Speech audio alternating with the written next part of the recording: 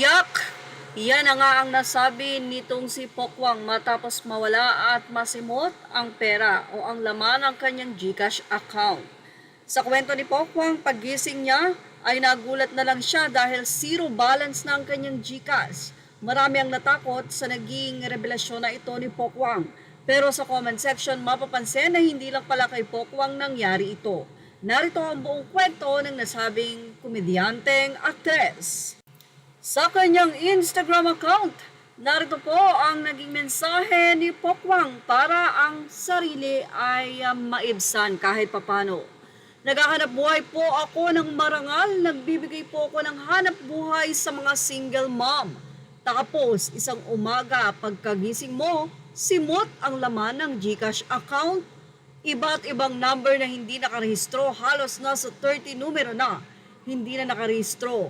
Ano nangyari sa registered SIM policy ngayon? Nakakaiyak. Binangon ko mag-isa ang negosyong pinabayaan ng taong inasahan ko.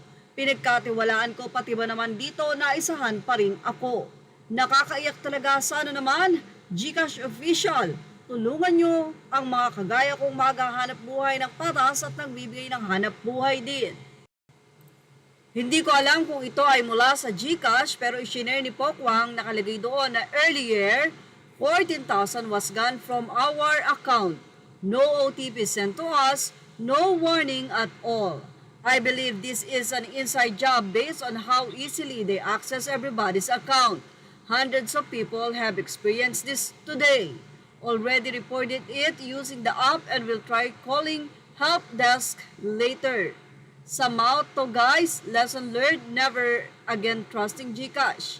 Hashtag Rafi Tulpo. So, hindi ko alam kung ito pa ay komento ng isang netizen na isinare ni Pokwang. So, narito nga ang ebidensya na ibinahagi ni Pokwang. Iba't ibang number ito at may 1,000, may 2,000 na nakatanggap. Pero, parang lahat-lahat yata ng nawala sa account ni Pokwang ay nagkakahalaga ng 85,000 pesos. Kaya naman pati ang aktres na si Candy Pangilinan ay naka-message ng nakakatakot at ireklamo nga daw ito. Si Arlen Mulak naman ay napa-OMG. Narito pa ang naging say ng ilang netizen. Napa-oh my naman ang singer na si Mark Bautista. Ang ilan ay sinabing, oh my gosh, kapwa Pilipino gumagawa ng ganito. Grabe! I hope you guys get your money back. Narito naman ang say ng ilang netizen. Sana mabalik sa iyo lahat, hard-earned money yan. Dami na talagang manloloko, pati GCash nagagawa na din. Supporting you with prayers, Mommy Pokey. That's why I never trust GCash cause it's unsafe. Online banking and e-wallet in the Philippines is never secured. Nakakalungkot. Say naman ang isang netizen, aray kahit maliit na amount lang, nawala ang sakit. 85,000 pa. Hirap magtiwala sa mga ganitong wallet app. Kahit Maya, hindi maganda. 3,000 ko sa savings, sinara nila account ko without valid reason kung bakit. Till now, hindi ko mabuksan. Much better i-transfer agad sa bank kung gagamit ng ganitong apps. Patotoo naman ng isang netizen, nangyari na din po yan sa akin. Overnight simot ang 75,000 ang masaklap sa katutak na tawag ang ginawa ko sa GCash, wala ring nangyari.